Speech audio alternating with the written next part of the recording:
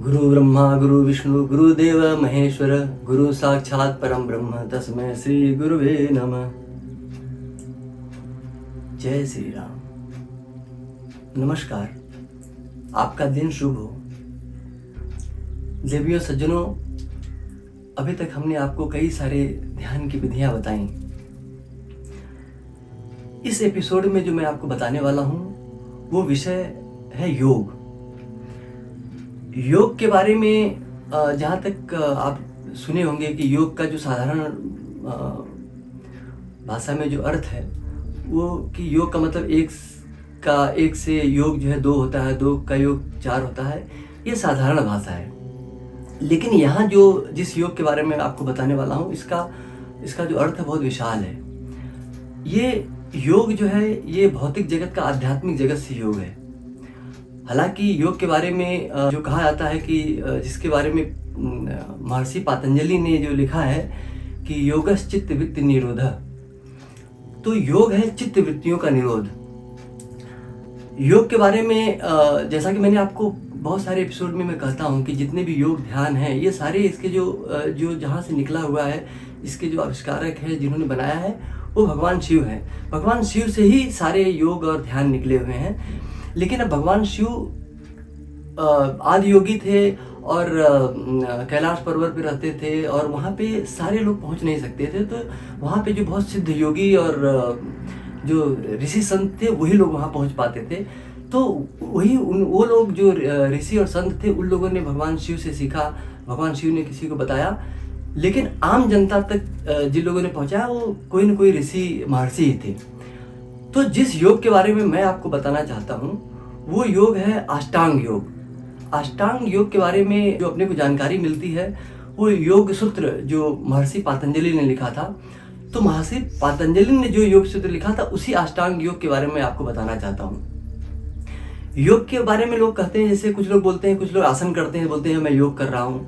Actually योग न तो आसन है न तो सिर्फ ध्यान है। योग जो अष्टांग योग है इसके 8 चरण हैं और योग के बड़े फायदे हैं। ना सिर्फ आपके दैनिक जीवन में फायदे हैं बल्कि जो अष्टांग योग है उसमें महर्षि पतंजलि कहते हैं कि ये जो 8 चरण हैं योग के, मैं आपको एक एक करके बताऊंगा। अगर आप ये 8 चरण करते हैं तो जैसे यम है, नियम, आसन, प्राणायाम, प्रत्याहार, धारणा, ध्यान, समाधि, तो आप इस एक चरणबद्ध ढंग से जब आप आगे करते जाते हैं तो आपको फिर समाधि मिलती है। समाधि का मतलब क्या है? शून्य आप हो गए, आपको मोक्ष मिल गया।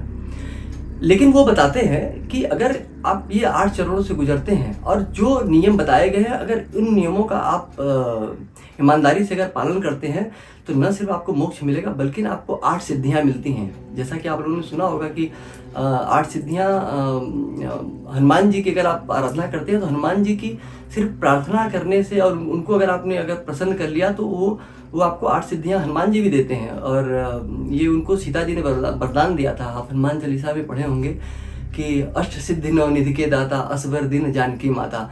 तो जानकी माता ने हनुमान जी को ऐसा वरदान दिया था कि तुम किसी को भी अष्ट सिद्धियां और नवनिधि दे सकते हो। तो जो ये अष्ट सिद्धियां जो मैं बता रहा हूँ ये हनुमान जी भी दे सकते हैं। आप जो है अगर किसी आपके देवता जो प्रसन्न होते हैं तो वो भी देखते हैं, हनुमान जी देते हैं अष्ट सिद्धियां। लेकिन ये अष्ट सिद्धि आप पतंजलि का जो अष्टांग योग है उससे भी आप पा सकते हैं। तो ये जो 8 सिद्धियां हैं वो 8 सिद्धियां कौन सी हैं? जैसे अणिमा है, महिमा है, गरिमा है, लघिमा है, प्राप्ति है, प्रकाम्य है, इशित्व है, वशित्व है। तो ये जो 8 सिद्धियां हैं मैं इसके बारे में आपको बताता हूँ कि अगर आप लोग अष्टांग योग करते हैं, अच्छे से करते हैं, नियम से करते हैं, जो मैं नियम आपको बताने वाला हूँ जो महर्षि पतंजलि ने बताया है, अगर अष्टांग योग आप करते हैं तो ये आपको सिर्फ ना तो मोक्ष ही की प्राप्ति होगी न तो समाधि की प्राप्ति होगी बल्कि आपको ये अष्ट सिद्धियां में आपको मिल जाएंगी। जैसे आप देखते होंगे कहीं आप सुनते होंगे कई चमत्कार लोग करते हैं, किसी को 1 सिद्धि मिल गई है, किसी को 2 सिद्धि मिल गई है। और लोग देखते होंगे आज बाजार में आपको बहुत सारे कलाबाज मिलते हैं, लेकिन वो छोटी सी सिद्धियां मिल जाती हैं उसको वो बेचने लगते हैं और उससे चाहे तो अगर वो सिद्धियों को और विकास करें तो उनको मोक्ष भी मिल जाता है, लेकिन वो पाते नहीं हैं और वो अपने आप को अहंकार बस और उसकी मार्केटिंग चालू करते हैं और फिर से इसी संसार के चक्र में बदके रह जाते हैं। तो ये जो अष्ट सिद्धियां हैं मैं इसके बारे में आपको बताना चाहता हूँ। ये अष्टियाँ जैसे पहला है अणिमा। अणिमा का मतलब है कि आप अणु के समान, अणु मतलब छोटा सा, इलेक्ट्रॉन प्रोटॉन आपने सुना होगा, छोटो इतना इतना आप छोटा हो सकते हैं कि आपको कोई देख ही नहीं सकता है, और कहीं भी आप एक तिनके जैसा आप हो जाएंगे, इतना आप इतने छोटे हो सकते हैं। दूसरा है महिमा, शरीर को आप इतना विशाल कर ले सकते हैं। जैसे आपने देखा होगा हनुमान जी के बारे में, आपने सुना होगा कि जब वो समुद्र लांग रहे थे, सुरसा माँ जैसे जैसे मुंह बढ़ाती थी वैसे वैसे ही हनुमान जी भी बढ़ते जाते थे। तो क्या था, उनके पास सिद्धि थी, वो अपने शरीर को जैसा चाहते थे, चाहे छोटा कर लेते थे चाहे बड़ा कर लेते थे। तो आप अपने शरीर को चाहे जितना विशाल कर सकते हैं। ऐसे बहुत सारे योगी हम जानते नहीं, हिमालय पे आप जाएंगे लेकिन वो किसी को दिखाते नहीं। ऐसे बहुत सारे योगी हैं जिनको ये सिद्धियाँ प्राप्त हैं। तीसरा है लघिमा। लघिमा का मतलब लघु होना, मतलब इतना छोटा हो जाना, एकदम छोटे से बच्चे आप हो सकते हैं। आप विशाल शरीर है 6 फीट के, अचानक आप पता लगा कि आप 2 इंच के हो सकते हैं, तो आप छोटे भी हो सकते हैं। फिर है गरिमा। गरिमा का मतलब होता है कि आप अपने शरीर को इतना इतना वजनदार कर सकते हैं कि आपको कोई उठा नहीं सकता है। जैसे आपने सुना होगा, रामायण आप पढ़ेंगे तो आपने सुना होगा कि जब अंगद रावण की सभा में जाते हैं तो पैर जमा देते हैं, बोलते हैं कि मेरे पैर को टस से मस कर देगा तो मैं उसी समय यहाँ से चला जाऊँगा और भगवान राम यहाँ से चले जाएंगे सीता जी को छोड़ के।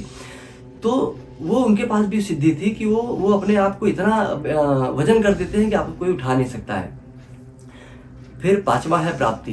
प्राप्ति मतलब आप जो भी चाहेंगे, आप कोई चीज़ आपको कुछ करने की जरूरत नहीं, आप मन में सोचा, अभी भी देखते हो मार्केट में कोई ऐसे चाहता है, फल आ जाता है, केला आ जाता है, सेब आ जाता है, घड़ी आ जाती है, तो ये उनको सिद्धि रहती है कि वो प्राप्ति जो भी चाहते हैं उनको मिल जाता है। फिर छठा है प्रकाम्य। प्रकाम्य का मतलब होता है कि आप जो भी, आपसे कोई काम असंभव नहीं होता है, कोई भी काम असंभव नहीं है आपके लिए। आप जहाँ चाहें आप उड़ सकते हैं, कहीं चाहते पलक झपते आप यहाँ से चाहेंगे वहाँ चले जा सकते हैं, एक शहर से दूसरे शहर जाते हैं। ये फिर सातवां है ईशित्व।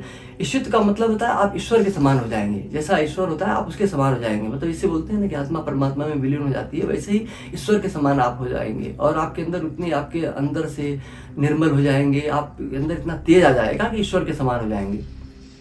और आठवां है वशित्व। आपने सुना होगा, वशित्व का मतलब होता है कि सबको अपने बस में कर लेना, ना सबको ही अपने बस में करना बल्कि अपने मन को अपने बस में करना, हर चीज़ को अपने बस में कर लेना, ये वशित्व होता है। तो ये मैंने आपको बता दिया कि ये 8 सिद्धियां मिलती हैं। अब ये आप अगर सोचिए तो यही इतना है कि अगर इसके लिए अगर कितना भी आप काम करो, लोग पढ़ते हैं लिखते हैं, इतना मेहनत करते हैं, बोलते हैं IAS बनूंगा, डॉक्टर इंजीनियर बनूंगा, लेकिन जितना मेहनत करते हैं अगर इस तरीके से ईमानदारी से किया जाए तो आपको सिद्धियां मिल जाती हैं। लेकिन न तो किसी को विश्वास है, न तो कोई करना चाहता है। लेकिन अगर आप ईमानदारी से कहें तो ये सिद्ध है, ये भगवान भोलेनाथ का बताया हुआ है। और ये इसकी चर्चा, योग की चर्चा भगवान कृष्ण ने गीता में भी किया है। और अगर अष्टांग योग आप योग सूत्र पढ़ेंगे, महर्षि पतंजलि ने जो बताया है तो आपको पता चलेगा। तो आइए मैं आपको बताता हूँ कि जो ये जो अष्टांग योग है ये है क्या। तो ये अष्टांग योग के, जैसे मैंने आपको बताया कि अष्टांग योग के 8 चरण हैं। इसका पहला चरण है यम। यम के अंदर भी इसके 5 रूप हैं, इसके अंदर 5 भाग हैं यम के। इसमें है सत्य, अहिंसा, अस्तेय, ब्रह्मचर्य, अपरिग्रह। तो पहले देखिए, जैसे आपको समाधि तक पहुंचना है तो पहले कहाँ से प्रारंभ आपको करना है। और यम के अंदर ये बताया गया कि क्या आपको नहीं करना है। ठीक है, आपको ये क्या क्या नहीं करना है और क्या करना है, ये इसके अंदर बताया गया, खासतौर से क्या नहीं करना है। तो इससे अभी सत्य है, मतलब आपको शुरू से आप चाहेंगे डायरेक्ट आपको समाधि मिल जाए, नहीं मिलेगी। पहले अपने आपके कैरेक्टर को, अपने व्यक्तित्व को आपको स्ट्रांग करना पड़ेगा। तो पहले उसका यम के अंदर है पहला सत्य। तो मतलब हमेशा आपको सत्य बोलना है। आप हमेशा सुने होंगे बचपन से माँ बाप सिखाते, गुरु सिखाते हैं कि झूठ मत बोलो, सत्य बोलो। क्योंकि जब आप सत्य बोलते हैं ना तो आप बड़ा क्लियर रहते हैं। ये सब देखिए मन का ही, मैंने बताया था, पूरा मन का ही खेल है। अगर आप झूठ बोलते हैं तो आपका मन देखिए आपका भागता रहेगा, झूठ को छिपाने के लिए 4 झूठ बोलने पड़ेंगे तो मन आपका दौड़ रहा है। आप शांत ऐसे बैठेंगे नहीं। जब आप शांत बैठते हैं तो आपके लिए मतलब जो भी मन में आया आपने बोल दिया, उसका गलत सही क्या आपने सोचा नहीं, उसका कहीं आपको लगता होगा कहीं इसका थोड़ा सा नुकसान हो सकता है, लेकिन इसका नुकसान होता नहीं है। अगर लॉन्ग टर्म में देखेंगे तो कोई नुकसान नहीं है। तो आपको सत्य बोलना है। अहिंसा, दूसरा अहिंसा। तो अहिंसा का मतलब आप सभी जानते हैं कि हिंसा नहीं करना, लेकिन हिंसा सिर्फ ऐसा नहीं किसी को जान से नहीं मारना, बल्कि मन कर्म वचन से आपको अहिंसा का पालन करना है। ना तो सिर्फ किसी को मारना पीटना है, दंड देना है, बल्कि आपको अपने वाणी से भी किसी को ऐसा हिंसा नहीं करना है, किसी को गाली गलौज नहीं देना है, आपको ऐसा नहीं करना है जिससे उसको दुख हो। ये बड़ा मुश्किल काम है, ये इतना आसान काम नहीं है। लेकिन अगर आपको मोक्ष चाहिए और आपको यह सिद्धियाँ चाहिए तो ये आपको ये सब दुर्लभ चीज़ें आपको करनी पड़ेंगी। तो अहिंसा आपको करनी है, मन कर्म वचन से। आपको किसी को वाणी से गलत बात नहीं बोलनी है, किसी को मारना पीटना नहीं है, आपको शाकाहारी रहना है। तो दूसरा, आपको अहिंसा का पालन करेंगे तो आपका मन शांत रहेगा, चित्त शांत रहेगा। जैसा मैंने बताया था कि चित्त वित्त निरोध है, योगा चित्त वित्त निरोध है, मतलब चित्त की वृत्तियों का निरोध है। तो जब अहिंसक होंगे तो आपका चित्त, आपका मन भी शांत होगा। तीसरा है अस्तेय, मतलब चोरी नहीं करना। आपको जो जितना जितने आपके कर्म से जो आपको मिलता है उसमें आपको वही आपको करना है। आपको चोरी नहीं करना है, किसी के सामान का हरण नहीं करना है, जो आपकी है बस वही रखना है। चौथा है ब्रह्मचर्य। तो ब्रह्मचर्य का आपको पालन करना है। जैसा ब्रह्मचर्य के बारे में आपको बोला गया है कि आपको किसी पराई स्त्री के साथ गमन नहीं करना है, और ये मन से भी, मतलब ऐसा नहीं कि आप शारीरिक में बात कर रहा हूँ, आपको मन के साथ में जो ब्रह्मचर्य का पालन में, जैसे आप गृहस्थ हैं तो पति पत्नी के साथ जो भी आपका संबंध है वो उचित है, वो शास्त्र के हिसाब से है, ये भगवान ने ही नियम बनाए हैं। लेकिन उसके अलावा अगर कोई होता है तो ये फिर आपका ब्रह्मचर्यहीन होता है। अब आप समझिए, जिन लोग इसके चक्कर में पड़े होंगे तो ऐसे चक्करों में पड़ने के बाद आप देखिए कितना डिस्टर्ब रहते हैं, आपको झूठ बोलना पड़ता है, चोरों की तरह आपकी ज़िंदगी हो जाती है। तो अगर आपको शांत रहना है और आपको समाधि तक पहुंचना है तो ब्रह्मचर्य का भी पालन करना पड़ेगा। और पांचवा है अपरिग्रह। जो पांचवा है वो है अपरिग्रह। अपरिग्रह का मतलब है कि जो भी आपके पास सामान है, जितनी आपके जीवन के लिए उपयोगी चीज़ें हैं, बस उतना ही आपको ग्रहण करना है, उसके ऊपर आपको रखना नहीं है। बहुत ज़्यादा संपत्ति रहेगी तो आप देखिए डिस्टर्ब रहेंगे। बहुत कमा के रख लिया आपने, जगह जगह आपकी संपत्ति है, तो आपका मन कहीं ना कहीं आपका भटकता रहेगा, कहीं चोरी नहीं ले चला जाए आपका। जैसे आप देखिए एक यात्रा करते हैं तो अगर आपके पास कुछ भी सामान नहीं, आप एक झोला उठाया, बैग उठाया, आप चले गए, देखिए आप नींद से एकदम सोते हुए आप यात्रा में चले जाते हैं। लेकिन अगर आपके पास गहना है, आपके पास बहुत सारा सोना है, चांदी है, पैसा है, तो आप देखिए रास्ते पर आप जागते हुए जाएंगे, क्योंकि कोई चुरा के लेके चला नहीं जाए। तो इसका मतलब कि आप निश्चिंत तभी होंगे जब आपके पास सीमित साधन हो। आपके पास अगर जितने जरूरत से ज़्यादा रहेगी तो आप डिस्टर्ब रहेंगे, तो ये भी आवश्यक है। तो ये तो मैंने आपको बता दिया यम। अब जो दूसरा है अष्टांग योग का वो है नियम। नियम के अंदर भी 5 भाग हैं इसके, और वो 5 भाग हैं शौच, संतोष, तप, स्वाध्याय और ईश्वर परिधान। तो अब ये जो शौच है इसके अंदर, जैसे यम में मैंने बताया कि क्या नहीं करना है, लेकिन अब नियम में मैं जो बताया गया है वो बताया गया कि आपको क्या करना है। जैसे शौच मतलब कि आपको डेली नहाना है, स्नान करना है, आपको स्वच्छ रहना है, ना तो स्वच्छ आंतरिक स्वच्छता बल्कि बाहर की स्वच्छता। तो आपको स्वच्छ रहना है, आपको डेली स्नान ध्यान करना है। तो पहला है शौच। दूसरा है संतोष। आपको जो है आपको उसमें संतोष करना है। आज आपको नहीं मिला, कल मिलेगा, परसों मिलेगा, लेकिन जब मिलेगा आप उसमें स्थिर होकर, शांत होकर उसको आप ग्रहण करिए, उसको संतोष करिए। तो संतोष की बात है तप। आपको तप करना है। अगर आपको अष्टांग योग में समाधि तक जाना है तो दूसरा, अब आपको जो तीसरा, चौथा, 5वां चरण बताऊंगा, तो आपको तप करना पड़ेगा। क्योंकि तप का मतलब होता है त्याग। आपको जब त्याग करेंगे तो आप अंदर से पवित्र होते हैं, अंदर से कठोर होते हैं, आपको सहने की शक्ति बढ़ती है। तो तीसरा आपको तप करना पड़ेगा। फिर जो चौथा है वो है स्वाध्याय। स्वाध्याय का मतलब होता है कि अच्छी अच्छी पुस्तकों को पढ़ना। आपको रामायण पढ़ना, गीता पढ़ना, उपनिषदों को पढ़ना, जो अच्छे जो अन्य धर्मों में जो लोग हैं। अब कोई गुरु ग्रंथ साहिब है, अगर कोई सिख है तो गुरु ग्रंथ साहिब पढ़ सकता है, अगर कोई क्रिश्चियन है तो आपको बाइबल पढ़ सकता है। जो अच्छे ग्रंथ हैं, प्रमाणित ग्रंथ हैं, आप उनको पढ़ेंगे तो आपका देखिए आपका मन जो है वो सात्विक होगा। अगर आपका मन तामसिक है, राजसिक है, तो आप धीरे धीरे आप सात्विक होते जाएंगे, तो भी आपका मन शांत होने लगेगा। सारी चीजें समझ लीजिए कि ये जो है ना, योगा है चित्त वृत्ति निरोध है, मतलब आपके चित्त की वृत्तियों को, आपके मन को शांत, चित्त को शांत करने के लिए सारे हैं। लेकिन जब तक आप सोचेंगे कि डायरेक्ट आपका चित्त शांत या नहीं होगा, आपको ये सब सारी चीजें करेंगे तब आपका चित्त शांत होता है। तो आपको तप करना पड़ेगा, त्याग करना पड़ेगा। चौथा है वो है स्वाध्याय। स्वाध्याय आपको करना, अच्छी अच्छी पुस्तकों को पढ़ना है, वो मैंने आपको बता दिया। फिर है ईश्वर परिधान। आपको ईश्वर का जो है कि ध्यान करना है, ईश्वर के बारे में सोचना है और पूजा पाठ करनी है। आपको ईश्वर के साथ प्रेम करना है। तो ये ईश्वर परिधान हो गया। तो अब ये आपको इन्होंने 5 चरण लिख के बताया कि यम के 5 चरण, नियम के 5 चरण। अब नियम में बता दिया आपको क्या क्या करना है। तीसरा है आपको आसन। आपको आसन करना। आसन का मतलब ये होता है कि आप अपने जो आप आसन, हालांकि मैंने आपको बताया था कि आसन का मतलब लोग योग समझते हैं, आसन योग नहीं है। आसन योग का एक भाग है। तो आपको आपको आसन करना है, मतलब तरह तरह के जो आसन होते हैं, आपको आपने देखा होगा टीवी में बहुत सारे योग गुरु हैं जो बताते हैं। तो आसन करने से क्या होगा कि आपका शरीर मजबूत होगा। अगर आपको समाधि तक पहुंचना है, घंटों घंटों बैठना है, 8 घंटा, 10 घंटा, 12 घंटा तक ध्यान पे बैठना है, तो आपकी शरीर भी आपकी मजबूत होनी चाहिए। क्योंकि अगर आप शरीर से आप मजबूत नहीं है तो आप जो अष्टांग योग आप कर नहीं पाएंगे, आप बीमार हो जाएंगे, तो नहीं कर पाएंगे। तो आपको तीसरा जो है वो है आसन। फिर चौथा है प्राणायाम। प्राणायाम के बारे में आपको मैं किसी अन्य एपिसोड में मैं आपको फिर से बताऊंगा। प्राणायाम मैंने थोड़ा बहुत आपको बताया भी है कि प्राणायाम का मतलब होता है प्राणों का आयाम। मतलब जो आप सांस लेते हैं, वो सांस लेते हैं मतलब आप पूरक करते हैं, फिर आप उसको रोकते हैं, मतलब कुंभक करते हैं, फिर आप उसको छोड़ते हैं। तो ये पूरा जो आपकी जब तक आप जिंदा है, जब तक आपके प्राण चल रहे हैं, तो प्राणों को अगर आपने साध लिया तो आगे के जो चरण है आप उसको अच्छे से साध लेंगे, और फिर आगे के जो चरण में आपको आने वाला है उसको आप अच्छे से कर सकते हैं। तो चौथा प्राणायाम है। प्राणायाम के बारे में मैं कोई अलग सेशन लूंगा जो मैं आपको विस्तार से बताऊंगा। प्राणायाम कई सारे प्राणायाम हैं, अनुलोम विलोम है, भस्त्रिका है, और बहुत सारे ऐसे प्राणायाम हैं, कपालभाति है। लेकिन आपको मैं प्राणायाम के बारे में तो बाद बताऊंगा, लेकिन अभी आपको मैं सिर्फ शॉर्ट में ही बता रहा हूँ, संक्षिप्त में ही बता रहा हूँ। अब जो पांचवा है वो है प्रत्याहार। प्रत्याहार के बारे में मैंने जो आपने अगर दूसरा एपिसोड आपने अगर देखा होगा मेरा, तो उसमें मैंने प्रत्याहार की चर्चा किया है। प्रत्याहार का मतलब होता है मन को अपने बस में करना।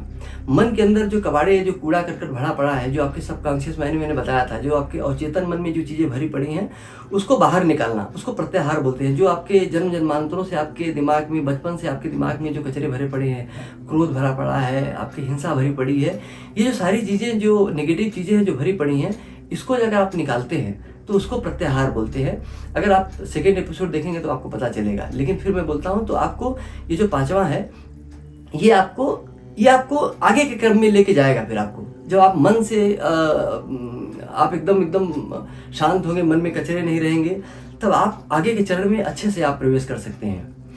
फिर जो छठा है वो है धारणा। अब यहाँ से आपके ध्यान की विधियां चालू होती हैं, जो मैं आपको अभी तक बताते आ रहा हूँ। हालांकि कहीं ना कहीं अलग अलग एपिसोड में मैंने आपको अलग अलग धारणा भी कहीं ना कहीं बताया है, लेकिन यहाँ मैं आपको बताना चाहता हूँ कि धारणा क्या है।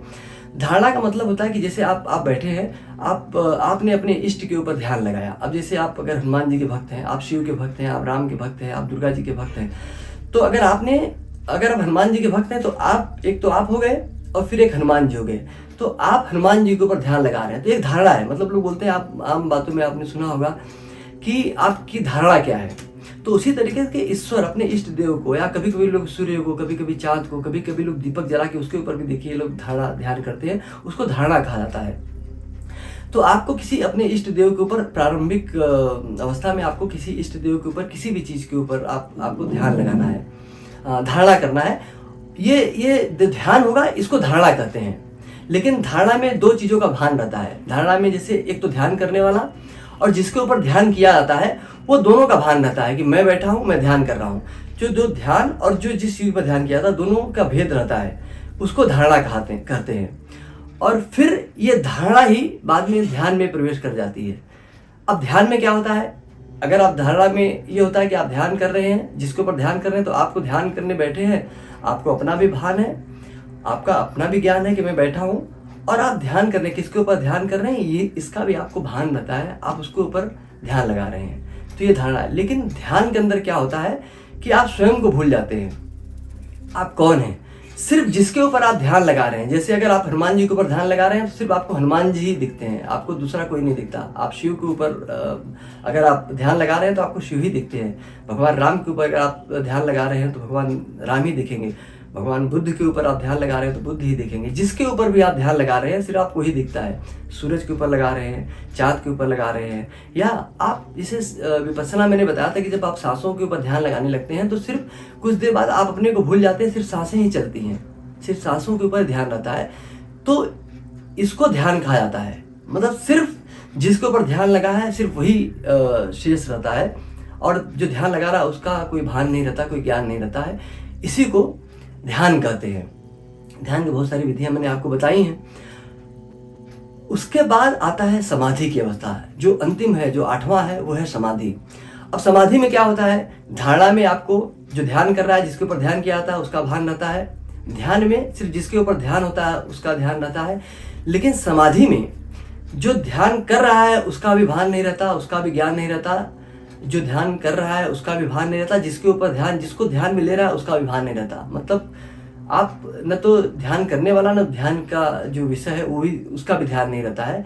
आप शून्य में चले जाते हैं। जब आप शून्य में चले जाते हैं उसी को समाधि कहते हैं। आप सुने होंगे कि समाधि में चले गए, तो इसका मतलब समाधि मतलब होता है कि शून्य, आपको कुछ भी भान नहीं, आपको कुछ भी ज्ञान नहीं, अपना खुद का भी ज्ञान नहीं, शून्य हो गए और आपके चित्त भी आपके रुक गया, आपका मन भी रुक गया, आपका विवेक भी रुक गया। जब मन रुकता है तो कहीं कहीं विवेक रहता है, लेकिन न तो विवेक है न तो मन है, आप शून्य में चले गए। और जब आप शून्य में चले गए, आपकी सांसें धीरे धीरे चलेंगी, आप शून्य में चले गए, तो आप समझ लीजिए कि आप अपने आत्मा तक पहुंच गए। और जब अपने आत्मा तक पहुंच गए, मैं पहले ही बताया हूँ कि शंकराचार्य ने बोला था अहम ब्रह्मास्मि, मतलब आप ही ब्रह्म हैं। लेकिन और ये जो ईश्वर है, ईश्वर कहीं जितना बाहर है, बाहर भी है ईश्वर है, लेकिन जितना आपके अंदर है उतना कहीं बाहर नहीं है। लेकिन आपको तलाशना है। आपने कहीं सुना होगा कि कस्तूरी कुंडल बसे मृग ढूंढे बन माही, वैसे घट घट राम है कोई जानत नहीं। मतलब कि कस्तूरी, जैसे मृग की कस्तूरी उसके अंदर होती है लेकिन उसको पता ही नहीं है, तो वो बन बन भटकती है उस कस्तूरी की सुगंध को पाने के लिए, लेकिन उसको वो मिलता नहीं है, उसको पता ही नहीं है कि उसके अंदर ही है। उसी तरीके से राम जो भगवान है, आपके ईश्वर है, आपका ब्रह्म है आपके अंदर ही, आपको पता ही नहीं है। आप जगह जगह ढूंढ रहे हैं, आप सुख की तलाश जगह जगह, आनंद की तलाश ढूंढ रहे हैं, लेकिन आपने देखा होगा जिस चीज़ में आपने सुख ढूंढा उसमें है ही नहीं, जहाँ आनंद ढूंढा नहीं है, क्षणिक है। लेकिन जो महा आनंद है वो ब्रह्म को पाना है। लेकिन ब्रह्म को पाने के पहले आपको अपने आत्मा को जानना होगा। जब आत्मा को जान जाएंगे तो अपने परमात्मा को भी जान जाएंगे। तो आपको ये जानने के लिए आपको समाधि में उतरेंगे, तो ये भी एक मार्ग है। अगर आप साधना करते हैं, आप ध्यान करते हैं, ज्ञान अगर आपको है, और आपको कोई अगर बढ़िया, आपको अगर कोई पहुंचा हुआ सिद्ध पुरुष, कोई गुरु मिल जाता है, तो आपको आपके उसके रास्तों पे चलेंगे तो आपको सिद्धियां मिल जाएंगी, आपको ईश्वर भी मिल जाएगा।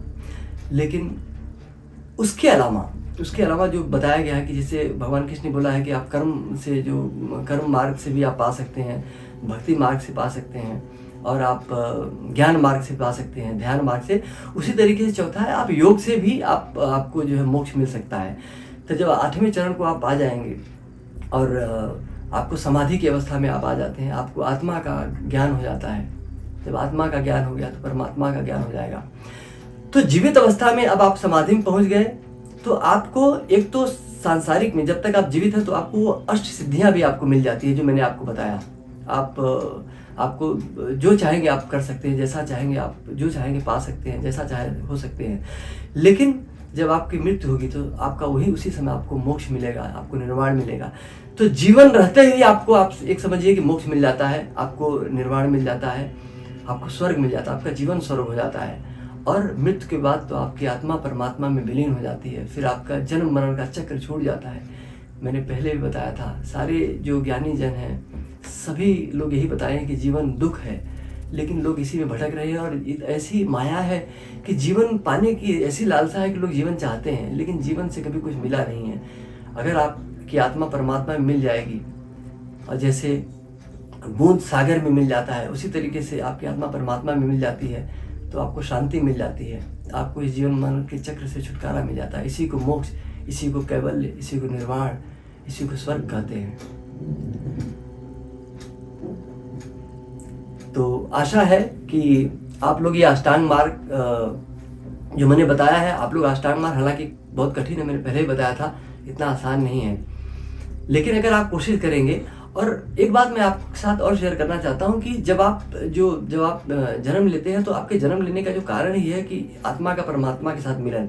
लेकिन ये रास्ता इतना आसान नहीं है, आपको जन्मों जन्मों तक प्रयास करना पड़ता है। जैसे आपने अष्टांग योग चालू किया आपने, तो जिसे कुछ आप कोशिश किए, आपने कुछ धीरे धीरे आपने प्रयास किया, तो एक चरण है। जैसे 100 रुपये आपको कमाना है, तो इस जन्म में आपने 10 कमाया, दूसरे जन्म में आप 20, तीसरे जन्म में। तो कभी कभी क्या होता है कि आपको ये मोक्ष और साधना और समाधि की अवस्था पाने में कभी कभी आपको 4 जन्म 5 जन्म। मैंने तो सुना है कि भगवान गौतम बुद्ध को 8वें जन्म में बुद्धत्व की प्राप्ति हुई थी, निर्वाण की प्राप्ति हुई थी। तो 8 जन्म से प्रयास कर रहे थे। इसी तरीके से बहुत सारे संत ऋषियों को मैंने उनके बारे में पढ़ा है कि कई जन्मों से वो प्रयास कर रहे थे। पहले थोड़े से उनके अंदर काबिलियत आई, थोड़े से उन्होंने त्याग किया, तब किया, फिर धीरे धीरे एक समय ऐसा आता है कि फिर वो सिद्ध हो जाते हैं और उनको मोक्ष मिल जाता है। तो इसी तरीके से अगर आपसे ये इतना मुश्किल है, लेकिन आप धीरे धीरे अगर करते जाएंगे तो आपका देखेंगे कि जीवन में थोड़ी सी कठिनाइयाँ होंगी, लेकिन आप ये सब करेंगे तो एक समय ज़रूर आएगा कि आपका इस जन्म में नहीं तो अगले जन्म में आपको ये सिद्धि और आपको ये मोक्ष ज़रूर मिलेगा। तो आशा है कि आप लोगों को मेरा ये एपिसोड अच्छा लगा होगा, और अगले एपिसोड में मैं किसी और विषय के साथ में जो मैंने आपको बताया कि प्राणायाम के बारे में बताना है, बहुत सारे ऐसे विषय हैं जो सामान्य जीवन में भी आपके काम आने वाले हैं, और ना तो सिर्फ आपके आध्यात्मिक जीवन में बल्कि व्यवहारिक जीवन में भी अगर आप शांत रहते हैं तो आपका जो है कि आपका घर गृहस्थी, आपका जो समाज है शांत रहता है। तो आपको कुछ न कुछ बताऊंगा। आशा है आपको हमारा ये एपिसोड अच्छा लगा होगा। अगर अच्छा लगता है तो आप लोग कमेंट बॉक्स में ज़रूर लिखिए, लाइक करिए और लोगों को शेयर करिए। और जैसे जैसे ये जो हमारी ये सनातन की चीज़ें हैं, जैसे जैसे लोगों में इसका विस्तार होगा, आजकल के बच्चों को ये सब चीज़ें पसंद नहीं है, इसीलिए हमारा समाज कहीं न कहीं भ्रष्ट हो रहा है। तो हमारे आने वाली पीढ़ियों को, हमारे परिवार को, सबको ये बताना है। जैसे बताएंगे लोग सात्विक होंगे तो सब जगह शांति होगी और आनंद होगा, और लोग ज़्यादा से ज़्यादा लोग अपने जीवन में जो अंतिम लक्ष्य है मोक्ष का वो पाएंगे, समाधि को पाएंगे और आनंद से रहेंगे। और इसी के साथ मैं अपनी वाणी को विराम देता हूँ। आप सभी का दिन शुभ हो। ओम।